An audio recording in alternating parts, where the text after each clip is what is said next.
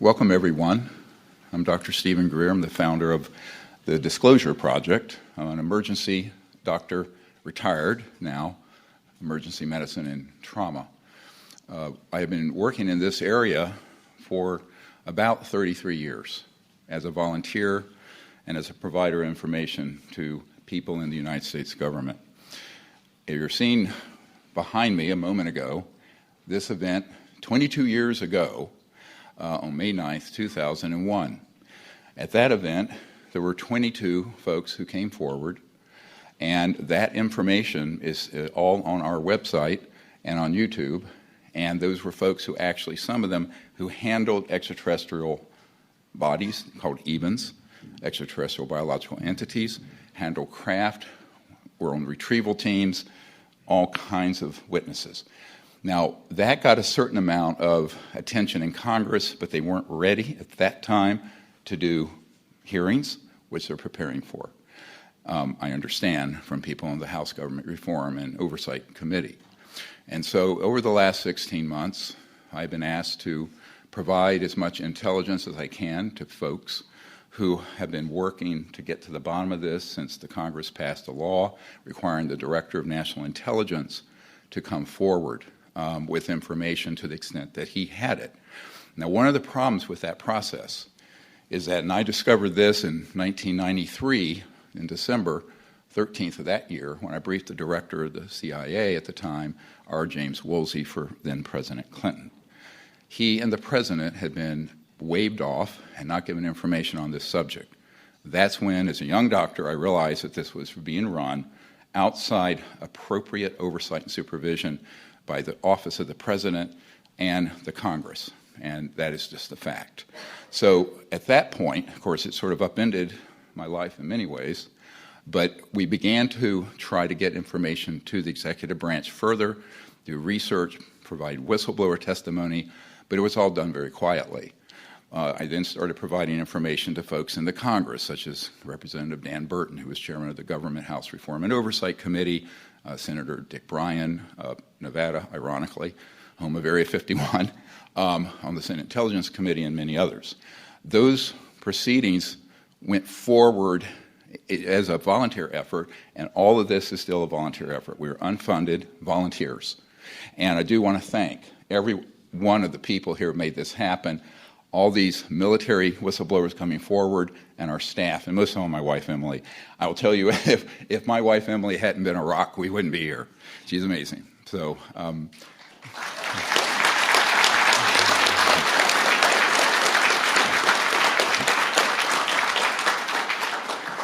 we got married 44 years ago in August, this coming August. So, and we have 4 kids, 12 grandkids. So, ironically, my grandkids are the ages of my daughters when I started this process. So it's beautiful, but like, really? Why is this taking so long? So in my young years, I thought, okay, we'll get this information to the president and key people in the Congress. I'll go back to my normal life, taking care of shootings and stabbings and what have you, and off we go. Well, that didn't happen, as you all know, or you would have known. And I think the media has played a very key role recently in covering this, and there are whistleblowers beginning to come out in other settings besides this, and I applaud them, and I think more should do so. Now, the history of this is important because if you look at the testimony we have already, it's something like 70 to 80 people that we have debriefed, videotaped, have their transcripts, and it's available to the media and the public through our website and our YouTube channel. We've very transparently put out everything we can. To an extent, a not-for-profit entity can do it with volunteers and no office and no staff. So I don't want people to not get too grand here. This has been a volunteer effort for 33 years, and those people are heroes, as are these men up on the stage with me today. Now,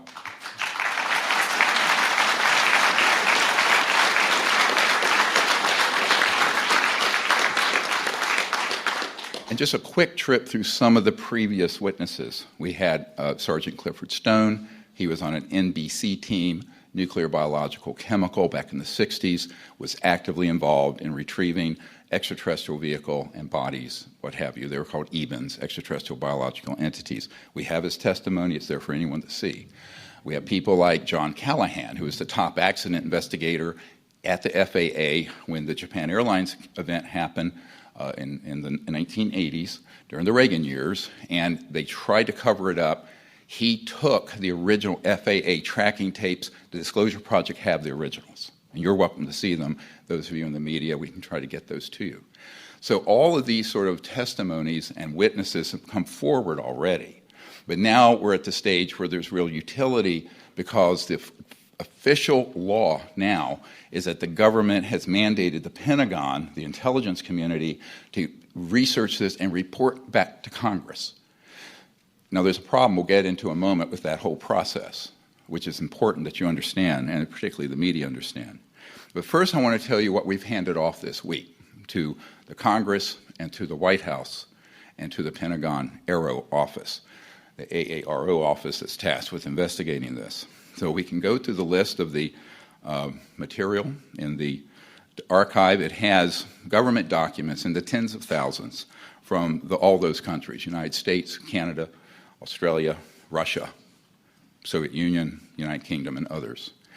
We have 145 top secret facilities, some of which are black sites that are named and on a map, and you'll see them in a moment. The supporting documentation of it are in the archive, meaning the witnesses' testimony, who they were, when they were there, where the locations is, sometimes up to where the gate is. And that's been handed over to the United States government this week. There are 752 and counting whistleblowers who've come forward over the years. Some of them are now deceased. But what's important, even the ones who are deceased, if you go to their history and their command and what they provided, there is an investigative thread to follow back in. Very important. There are also files with all these witness testimonies that have been provided up to date. In the archive are 121. We learned of another one last night from a very high-level whistleblower who is not ready to come forward. So there's actually 122 crash retrieval cases of these UAPs. And those are documented.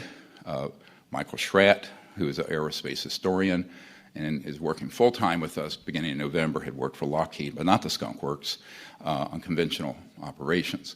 And he is doing those investigations for us and also the beautiful illustrations of what these witnesses have had to share, and you will see those.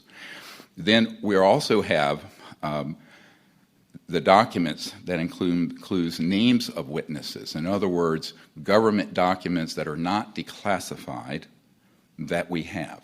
Now, we'll get into this in a minute. And there are many so-called deep throats who provide intel in the background, who are working with us, some of whom are very senior in these operations. Others are people who have just incidentally been involved. Okay, next. So this is just a thumb, pictures of all these guys that we already have come forward. They're there for you to see. They run from NASA folks and all that. It's in the YouTube channel. It's in the archive. Those were done. All these were up to 2001. So we're talking a long time ago, but those exist. It's perhaps a tree that fell in the woods a lot of you didn't know about. Next. And I want to go through this very quickly. This is just a scrolling list of the witness list. Each one of these witnesses has a file where they have either been interviewed or provide intelligence and corresponded with me, and that I have debriefed personally over the last 30 years. So you're going to see this goes on for about 100 named persons, and then it becomes a black list. It just has to be blacked out. Why? I'm not holding anything back except what I've been requested to by people whose confidence I have told them I will keep. So I'm a medical doctor. We understand patient, doctor confidentiality, like an attorney understands that. But until these guys want to be unmasked and come forward, we will not disclose their names, except the redacted list is something available to the media and to the public now. And in addition to that, and it's very important, the unredacted list and the full files, including all my correspondence files, are in the unredacted archive. It's about, let's see, isn't it cool that you can put terabytes on something like this? This is all it is, but it's about a terabyte. We have about 8 terabytes of information. We're in the process of scanning it and trying to put it into a searchable database. This has been provided to the intelligence community, as I mentioned, the Pentagon, Congress, and the White House. It is also the redacted version would be available to the media if you can help us get it on a hard drive. We're really not funded properly, and each of these costs several $100s, so we gave out 1,000 of them. It's more than we've ever had. But nevertheless, it is an open archive. Eventually, we want to have it on an internet site, but the names that you're seeing now, you're going to see all their information is blacked out, and it's because they've asked not to be named. Now, they can be known by people who are working in a SCIF and have a vault, and who have the ability to then pursue it in the interest of national security. That has been provided to these key offices. So I just wanted to give you that as sort of an overview of how the list was constructed. It is by no means complete. We have a new whistleblower coming forward every week or two now at this point. And Michael Schratzer nodding his head. Yeah, this has become a torrent. And so we want to set up a mechanism. We're recommending that you'll hear what our recommendations are for the President and Congress to resolve this crisis. Next. So I wanted to mention that these bases, if you look at them, let's go to, this is where all these illegal operations have happened. I'm saying illegal because we can prove that this information, as Senator Inouye said, you'll hear his statement in a moment, has been run by a very shadowy, deep black operation, and we're not talking the legal black budget of the United States. We're talking about projects that presidents and CI directors and secretaries of defense and members of the Congress who have a need to know and are cleared TSSCI in SCIFs, secure compartmented information facilities, have been blatantly either gaslit, denied access.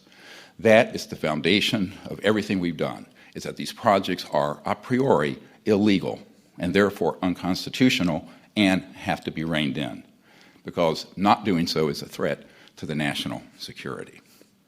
So here is your list. I'm not going to go through 145 sites.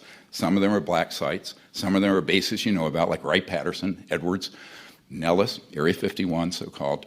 But all of them are based on witness testimony and intelligence we've gathered over the last 30 years, and it's time for it to be disclosed. And so now you have it. Next. Here's one, and people go out in the Mojave Desert. Michael Schratt took this picture when it was okay to fly near it in a small private plane. It is the site for the Lockheed Range underground entrance. What's in there? Well, there are man-made, and this is the big story, no one's telling you. A large number of the UAPs are in fact deep black budget electrogravitic, electromagnetic field propulsion devices based on the study of extraterrestrial vehicles that began in the 1940s. That is a fact, and we can prove it. So when you see these sort of places, just remember many of them, I want to be careful what I'm saying here. Someone who is in charge of the black budget of the United States in 2022 and went out to the Lockheed Skunk Works based on some information he had.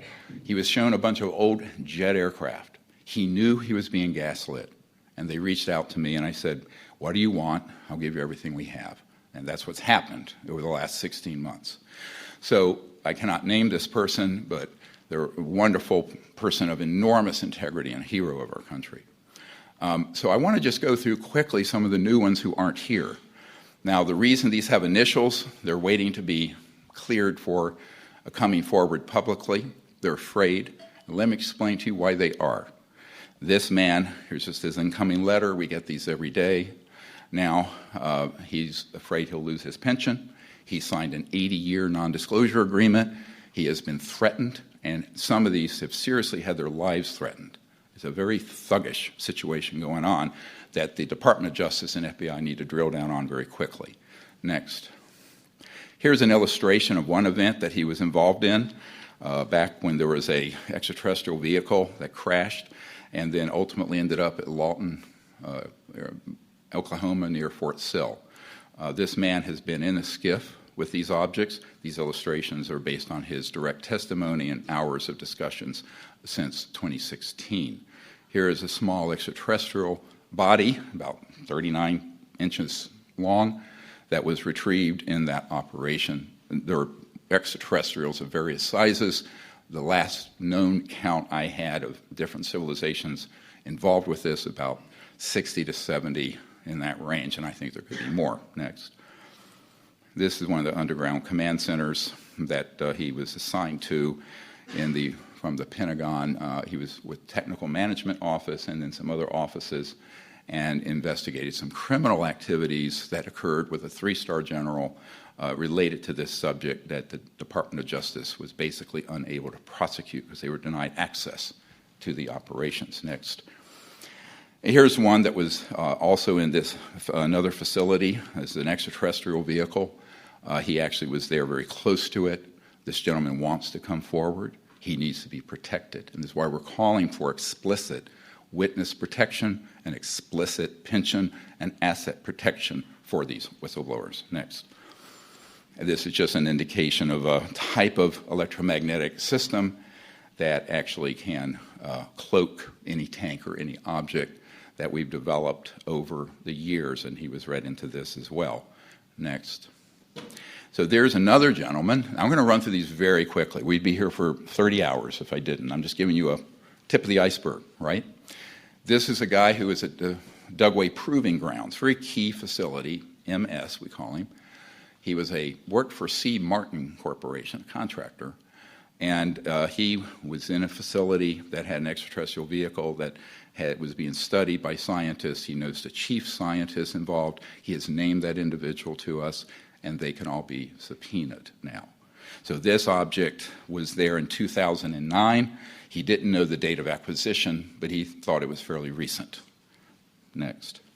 He also was read into and had the chief scientist show him the location, which we now have, of a DUM, Deep Underground Military Base, that is in the Dugway sector, so-called Avery sector, A-V-E-R-Y, and it has huge capacity for parking. You go in, and there's a vast underground complex in that location. That location has been handed off to investigators with the U.S. government. Next. This gives an illustration of the size of this. You could put easily on the platform that goes down the Air Force One. It's a very large elevator, goes down underground. Next. And then we have this gentleman. He was not long ago in the Nellis Range in the Nevada test site north of Nellis Air Force Base, and he, next slide, was on a retrieval team. Now let me explain how this guy got involved. He was recruited out of Fort Campbell to be somebody to be on a retrieval team with a top secret clearance to pick up when we have an accident with a helicopter or jet, because there's classified technology on those often. And our YouTube pilot here will explain that perhaps. But the point is, he went from there, and that was preparatory to being on a retrieval team for this. So he was involved with this operation. It was a man-made, so-called alien reproduction vehicle, it's called by some people, or AT. A lot of people just call them advanced technology. It's sort of a euphemism. But it's based on studying the electrogravitics and magnetic field propulsion systems of the interstellar vehicles that involve the science of quantum entanglement and, basically you want to go from one point in space and to another, say this is one point, this is another. You're not going through a straight line. You're folding space-time. That's how you're doing. We're not going to do a physics lesson here. Had enough of that in pre-med. But anyway, so this is an object.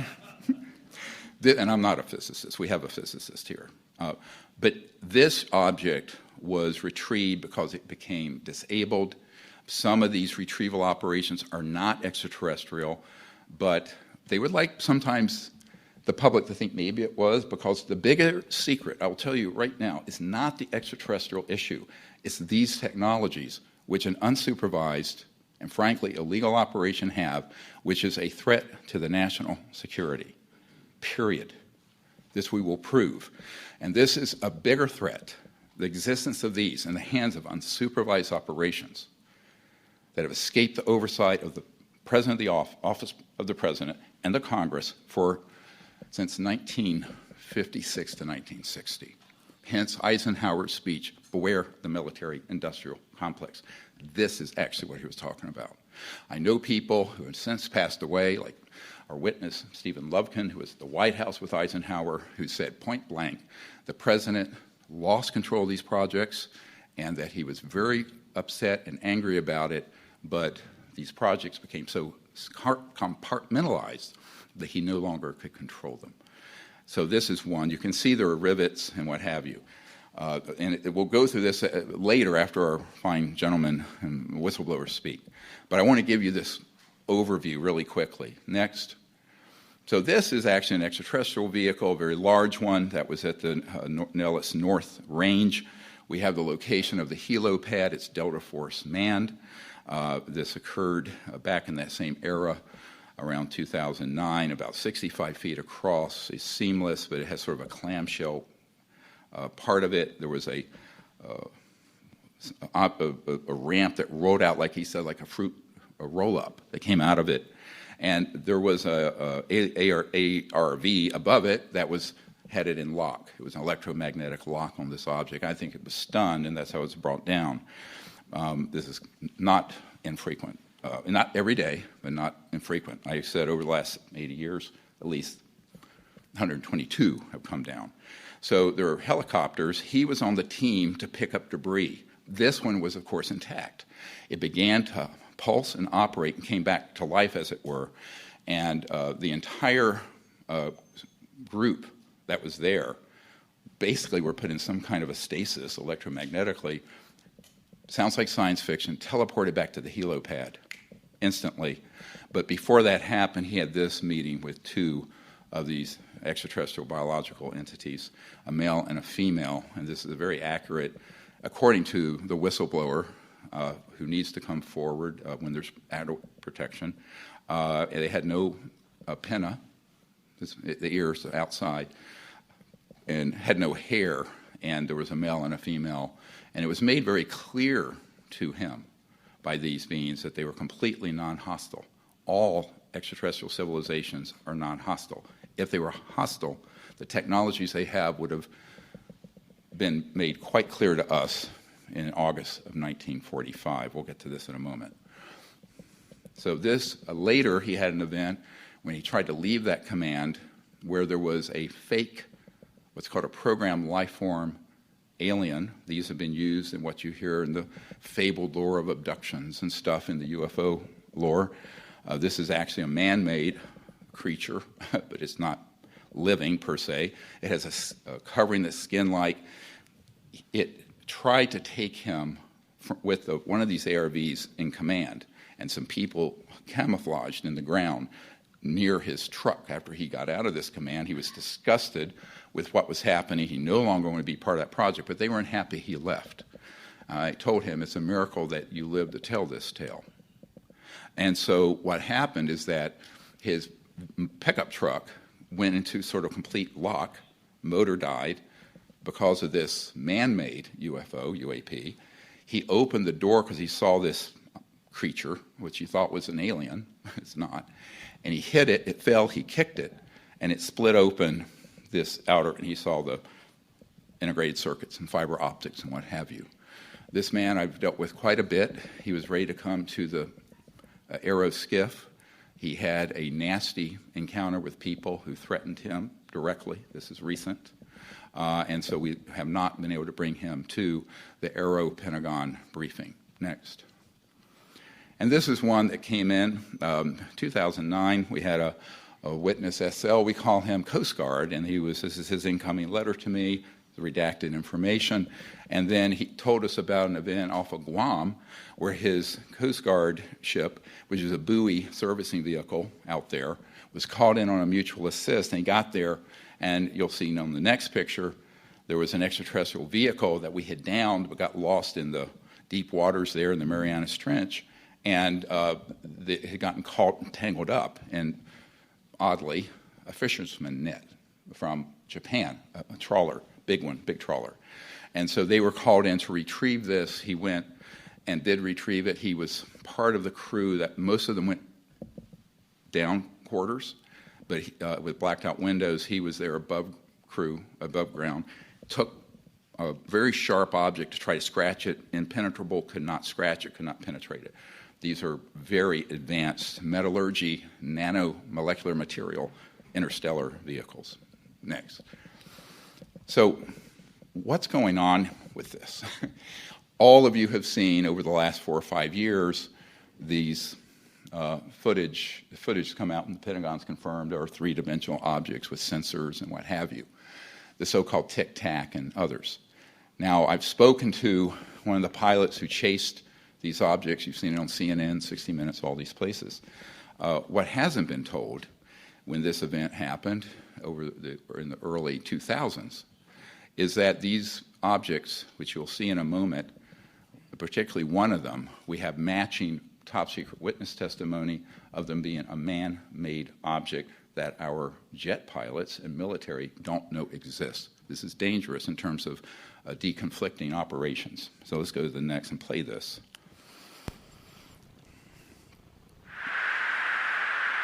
Dude, that is a fucking drone, bro.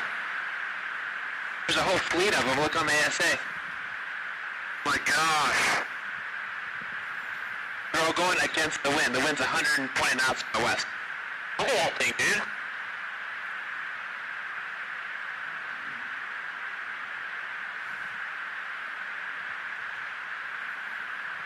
That's not our LNS though, is it? It's not. That is an LNS, dude. Well, if there's like... Look at that thing. It's rotated. This is the so-called tic-tac now.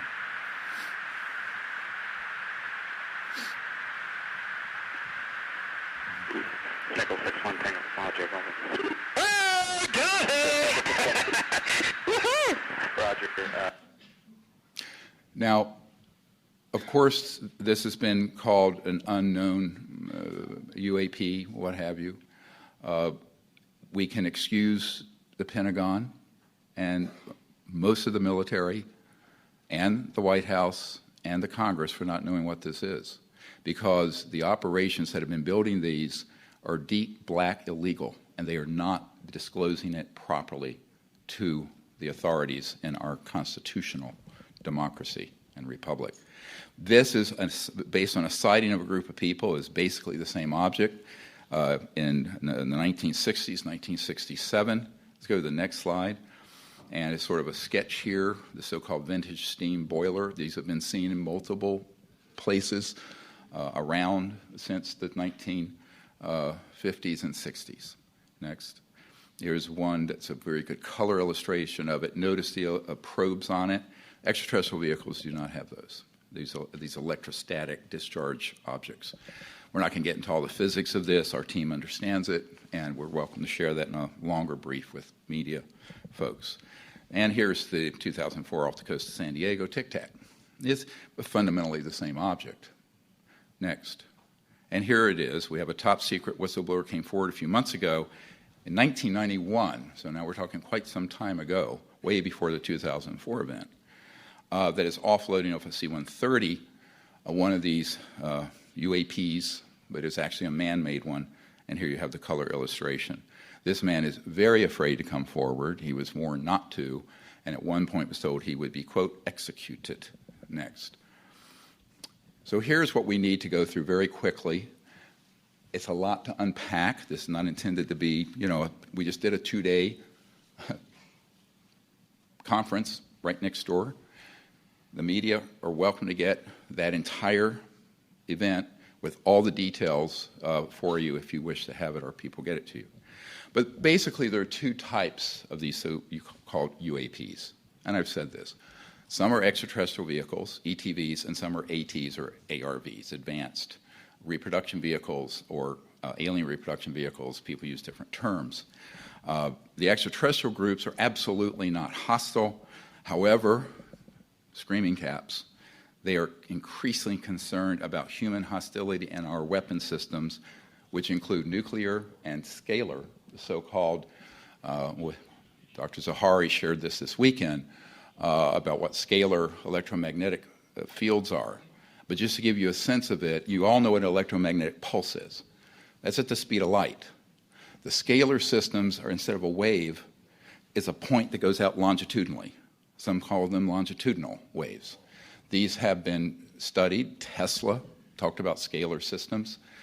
They have been weaponized, and those are the primary systems used to target and hit these electromagnetic field propulsion craft that cause them to fall like a rock out of the sky. You do not travel from another star system and cannot navigate a thunderstorm in New Mexico. That ain't going to happen.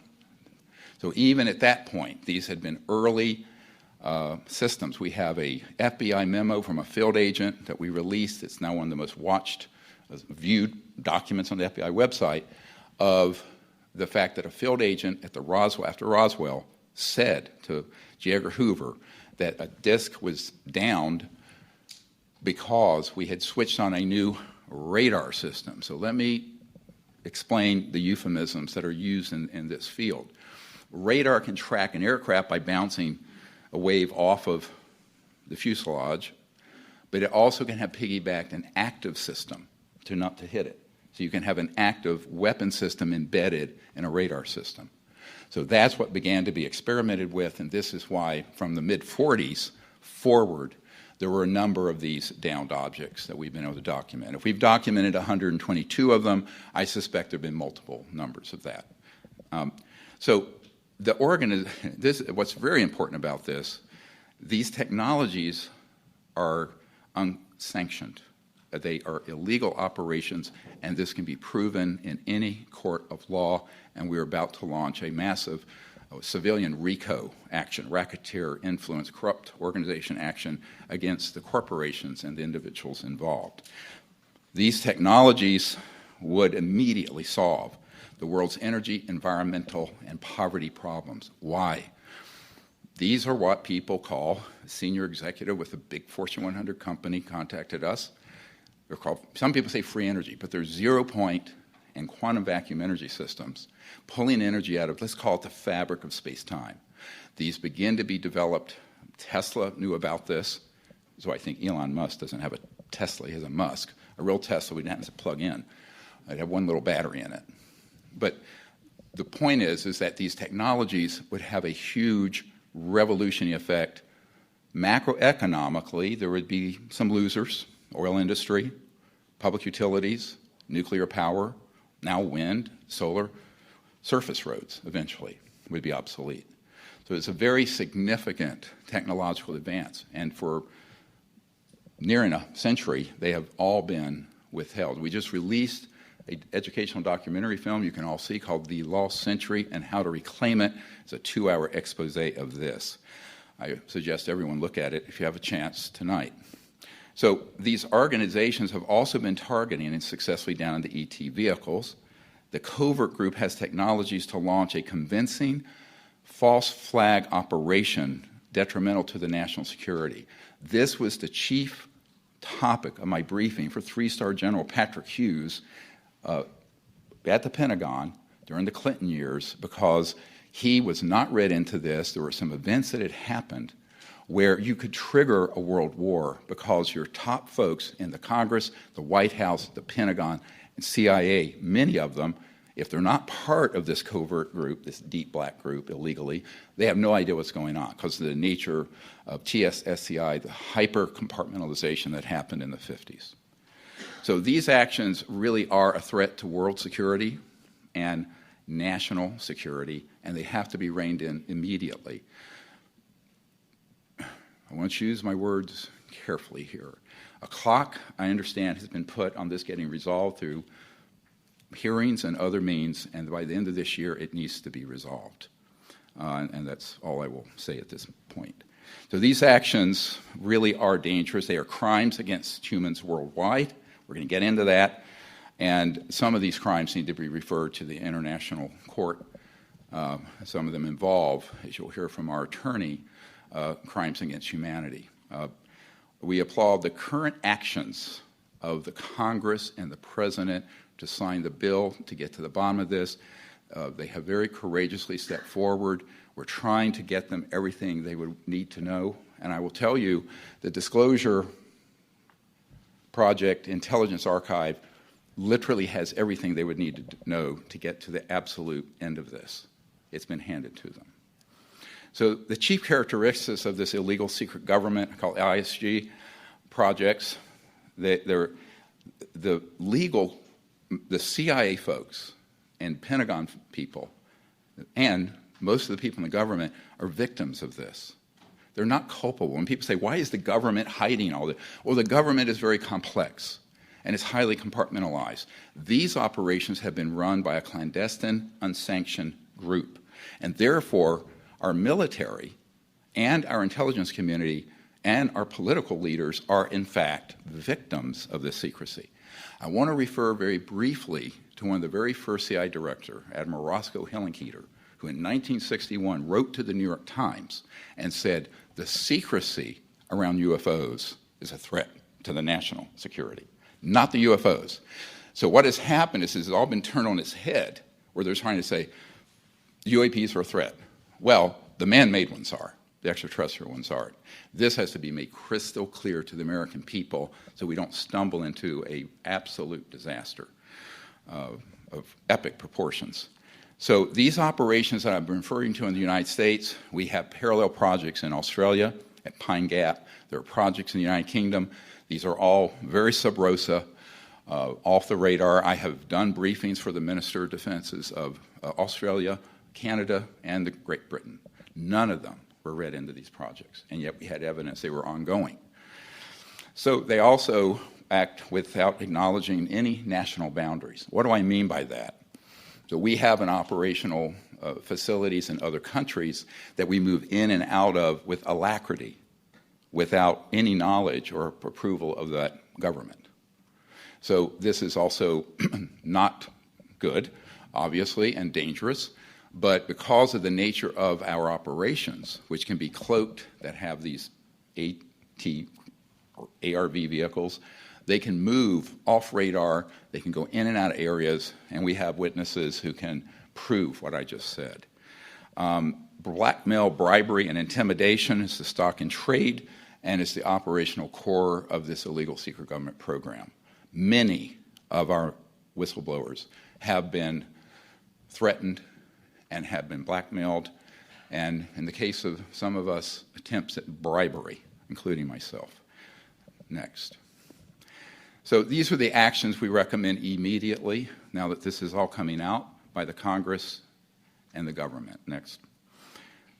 And I want to remind everyone who's in office, and all military know this, I do solemnly swear to affirm that I will support and defend the Constitution of the United States against all enemies, foreign and domestic, that I will bear true faith and allegiance to the same, that I take this obligation freely without any mental reservation or purpose of evasion, and that I will well and faithfully discharge the duties of the office on which I am about to enter, so help me God. Next. So this is quite a list. I want to go through it very quickly. These have been conveyed over to the government in various offices. This investigation of the UAP issue, and based on the intelligence archive, should happen immediately and be increased in its pace and scope. The presidential executive order needs to occur immediately to stand down all targeting of these extraterrestrial vehicles by these covert projects, because it is dangerous and it is an existential threat to security for the entire world, not just our country. The executive order requiring all military intelligence contractors and other agencies of the U.S. government to disclose to Congress and White House all information, materiel, and technologies and locations and related assets. If not complied with, within around 6 months, we think that the offending party should be prosecuted criminally for treason and other crimes against the United States. The executive order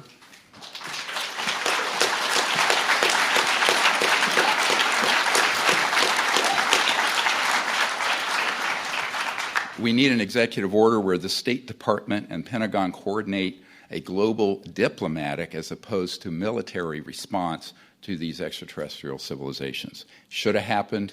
Barry Goldwater, Senator Goldwater, told me it was a, excuse my language, goddamn mistake then and goddamn mistake now that this was ever kept secret like this.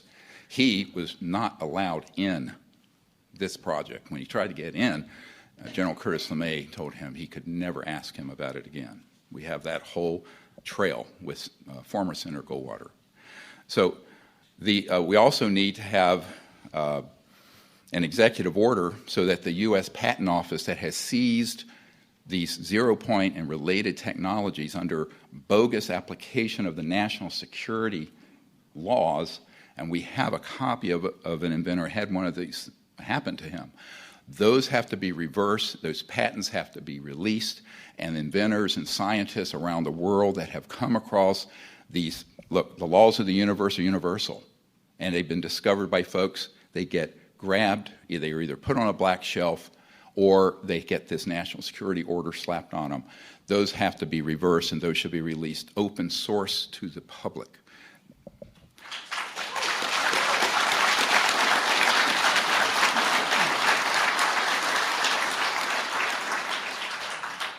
We also need an executive order to immediately require that the U.S. Space Force and Pentagon coordinate assets with the State Department, the United Nations, and other governments to initiate further open communication with these civilizations.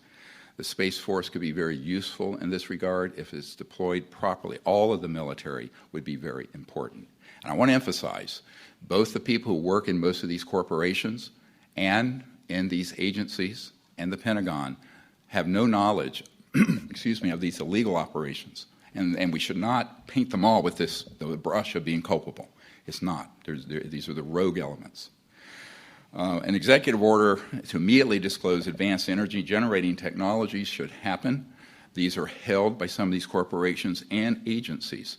This would, within 10 to 20 years, end all pollution on Earth and all global poverty. This is not a pipe dream. Those technologies are extant. They have been around for a while, and we need them, and we need them 60 years ago, 70 years ago.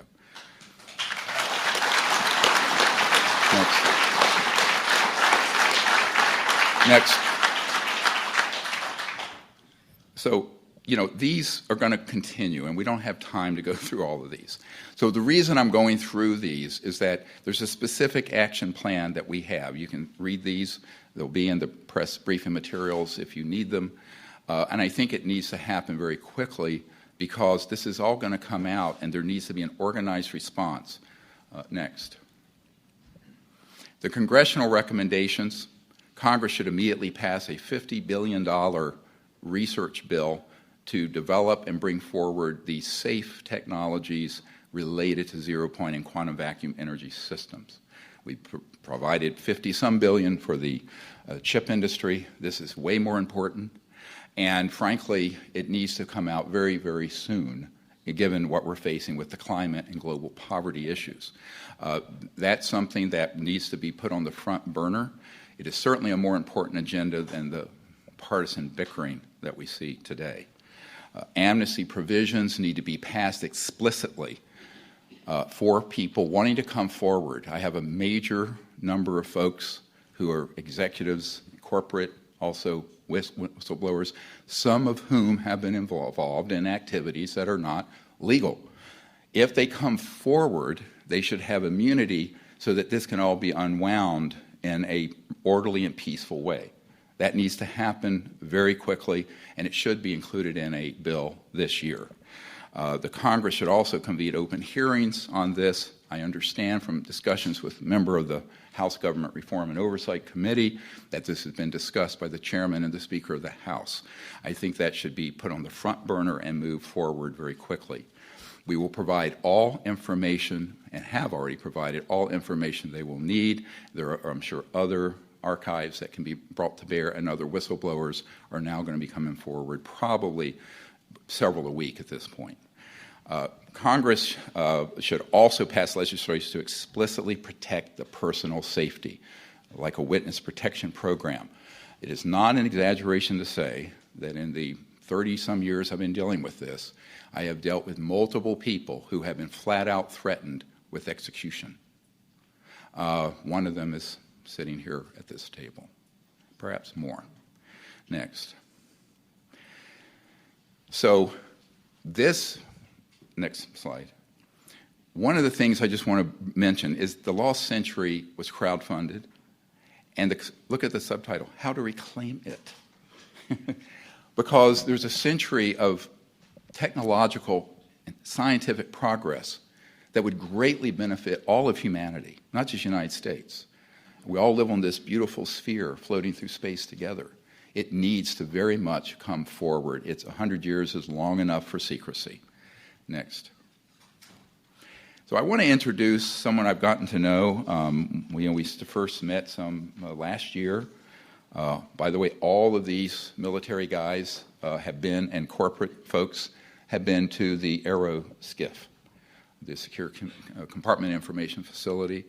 The Disclosure Project has funded all of this for their personal needs and travel. That's why we appreciate your donations and contributions. But Colonel Heckert, he is a retired and very decorated United States Air Force Command pilot. During his extensive career, Colonel Heckert flew over 100 combat reconnaissance missions, including 11 years in high-altitude aircraft developed by the Lockheed Skunk Works. These were not the alien reproduction vehicles, such as the U-2 and the TR-1, and flew alongside the famed SR-71 Blackbird. In the late 70s and early 1980s, Colonel Heckert commanded the nation's largest nuclear monitoring facilities and radiological processing lab, and was responsible for the airborne collection of debris from nuclear explosions worldwide. Later, he was commander of classified operations in the Middle East and subsequently served as a special project director at Wright-Patterson Air Force Base in Ohio, where he was involved with countless classified development operations. Colonel Heckert also spent time working out of Groom Lake, Area 51, where he conducted flight operations and project management, evaluation, and research. Please welcome my friend and hero of our country, Colonel Heckert.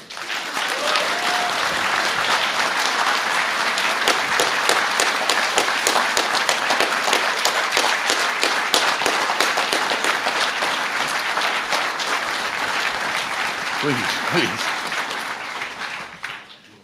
Well, thank you for being here and listening. I need to establish just a couple facts. I've been involved with SCI vaults and code words since 1964, and my last access with the Air Force and other agencies was 1967. For the last 8 months, I've been involved again in SCI discussions, thanks to this gentleman and all of these people sitting next to you and all of those volunteers. The things I want to share are first just a little bit of historical information quickly. You know the name Kelly Johnson. Kelly Johnson and the gentleman, Ben Rich, who succeeded him, I got to know very well. I've got a 1953 UFO report signed by Kelly Johnson and his engineers, and in that same UFO thing, about 4 hours later, it appears over his house. And Dr. Greer has a letter that Kelly Johnson sent to the National Director of Intelligence saying, this is real, this needs to be investigated. I am very fortunate to have been a pilot. I've got over 7,000 hours of time. I currently live in Alaska with my wife, Alice, and a whole bunch of grandchildren, and that's a real blessing. The two documented encounters, and I'm sorry that, do they have that up on the screen, or are they just showing that on? I'll make sure it's available, but these are the two airplanes that I flew that had UFO encounters. The first one was during the latter stages of the Vietnam War. I was flying an operation called Linebacker 3, going into Laos. I was in an orbit at 14,500 feet, just south of the Laotian border, and my two armed escorts, because the RF is unarmed, and they're there to protect me, were delayed on takeoff. So I'm doing just a racetrack type of orbit. There are things that monitor in warfare called GCI sites. These are radar sites that vector in the fighters to the people that are intercepting you. What happens next is that I get an alert from 3 GCI sites and the early foreman AWACS that I've got traffic that is a fast mover near Mach 1 coming out of North Vietnam, Laos, heading for me in orbit. That concerns me because my armed escort isn't there.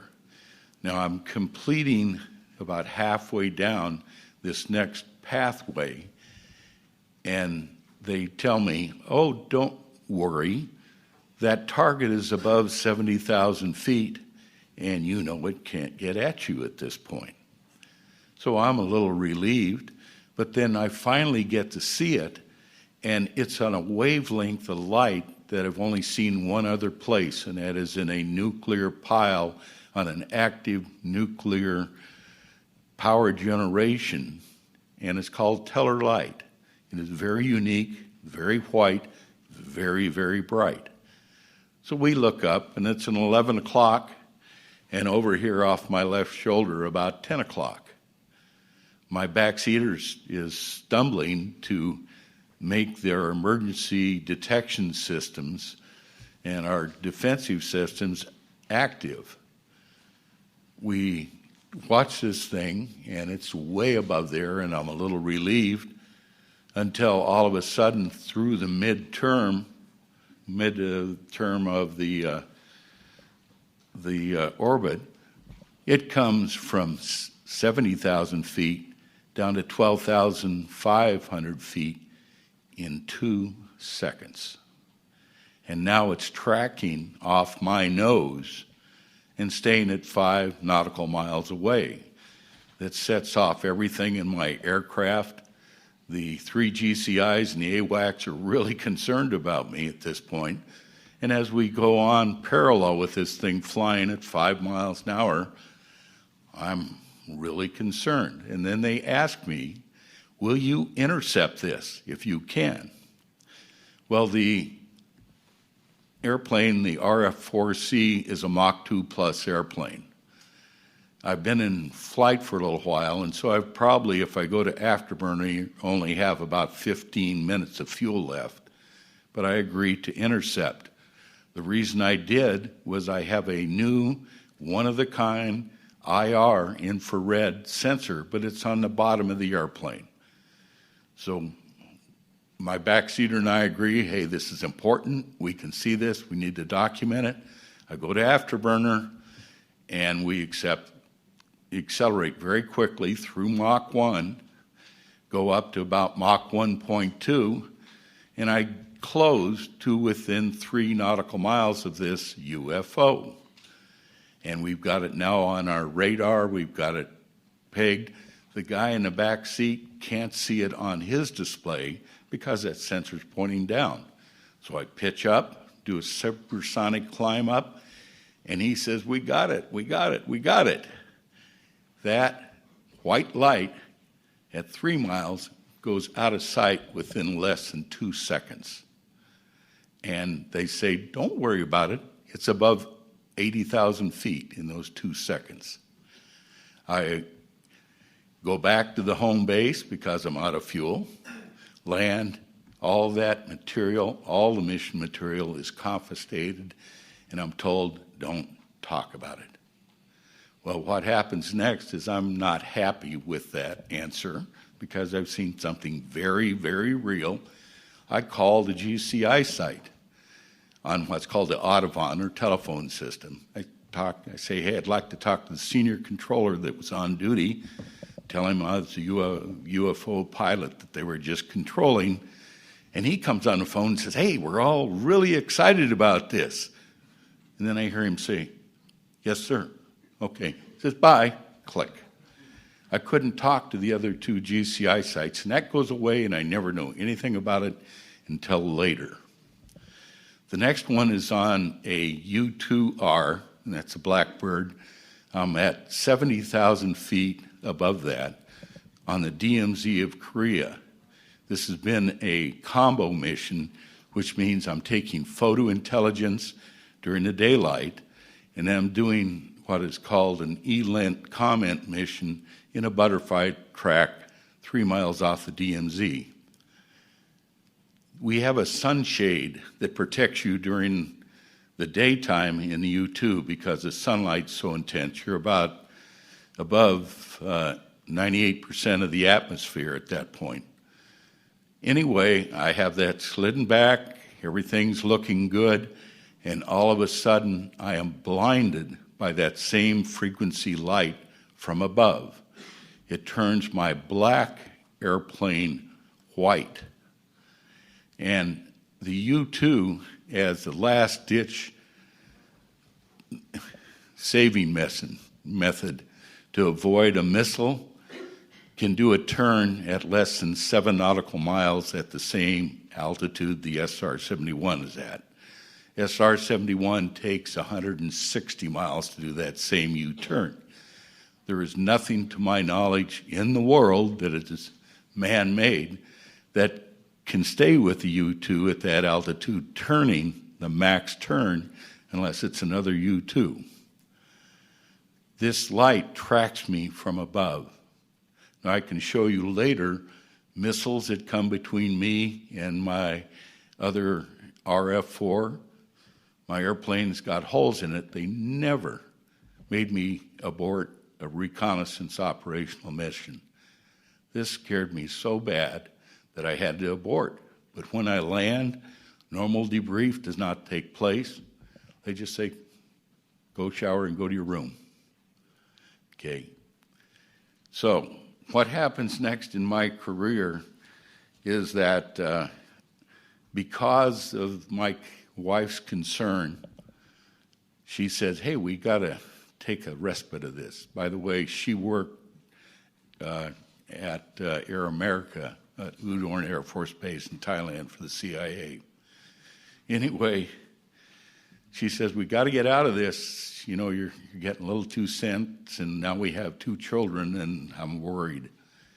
So I take an assignment to what's called AVTAC, and AVTAC was established in its predecessor in 1945 due to the development and the concern of Little Boy and Fat Man, the 2 nuclear bombs. Those are important because we have a detailed history of air sampling, pollution sampling, and it was primary pollution that they were concerned about radiologically from 1945 on.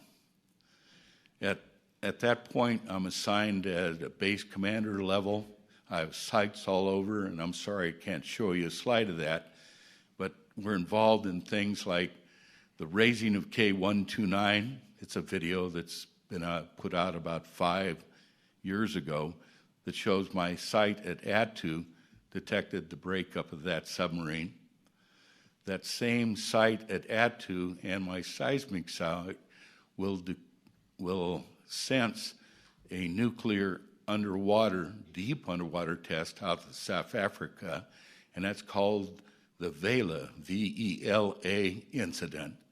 And my boss at headquarters is fired over that incident, but 2 years later, because the administration denied that that test ever took place, the Vice Chief of Staff of the Air Force, General Mathis, the Chief Scientist for the White House, and the Secretary of the Interior come to my vault, and they want a briefing on our data and if we really think that that happened.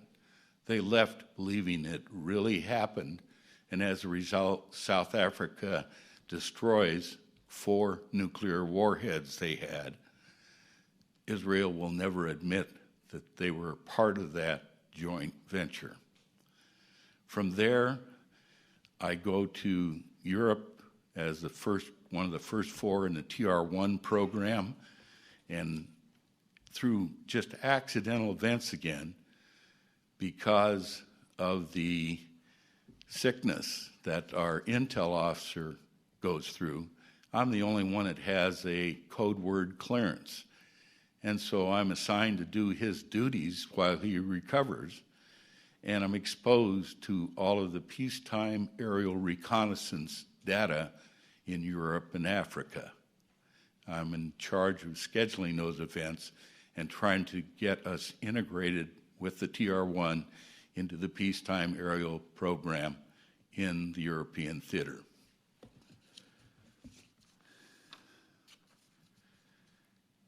From there, this is supposed to be a 4-year assignment. At the 14th month of my tour in Europe, I am required to, or I was asked, do I want to fly a high flyer again? And of course I said yes. They do a process when you go to a classified site called sheep dipping. And so they put fictitious orders in your official files. I go overseas and work in the Middle East and actually work with Delta Force on a hijacking in June of 1985 during that tour, and we lost a soldier on the ramp. But this is in direct coordination with MI6 because it's a British base, and that's now declassified. But it was quite an experience. The only problem is that there was a conflict in the chain of command. I was supposed to be the chief test pilot for the U-2 program back at Edwards. That's a follow-on assignment they promised me.